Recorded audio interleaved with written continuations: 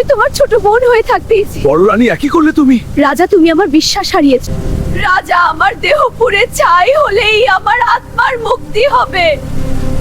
তারপর তোর আদরের রানীকে আমি লীল নদে নিয়ে যাব, সেখানে তাকে লীল তিমি করে রাখবো। রানী, আরো অভিশাপ দিচ্ছি, তোমার রাজকন্যা বিয়ে ঠিক হলে পাক্ষিক সময়ের মধ্যে যদি তোমার হবু জামাতা তার মুখ দেখে, তবে সে পাথরে পরিণত হবে।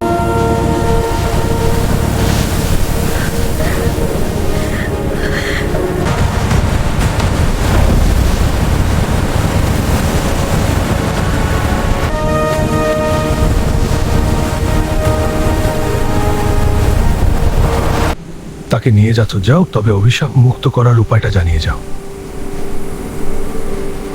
উপায় একটি আছে।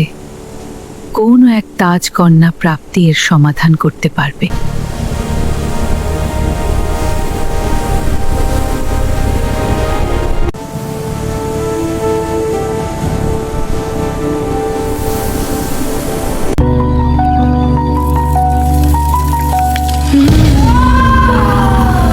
তারপর তোর আদরের রানীকে আমি লীল নদে নিয়ে যাব, সেখানে তাকে লীল তিমি করে রাখবো। রানী,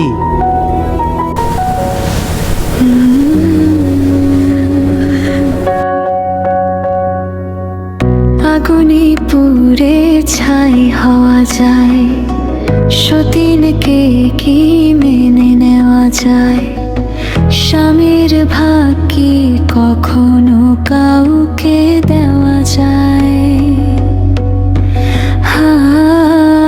আগুনে পুড়ে ছাই হওয়া যায়, সতীনকে কি মেনে নেওয়া যায়? স্বামীর ভাগ কি কখনো কাউকে দেওয়া যায়?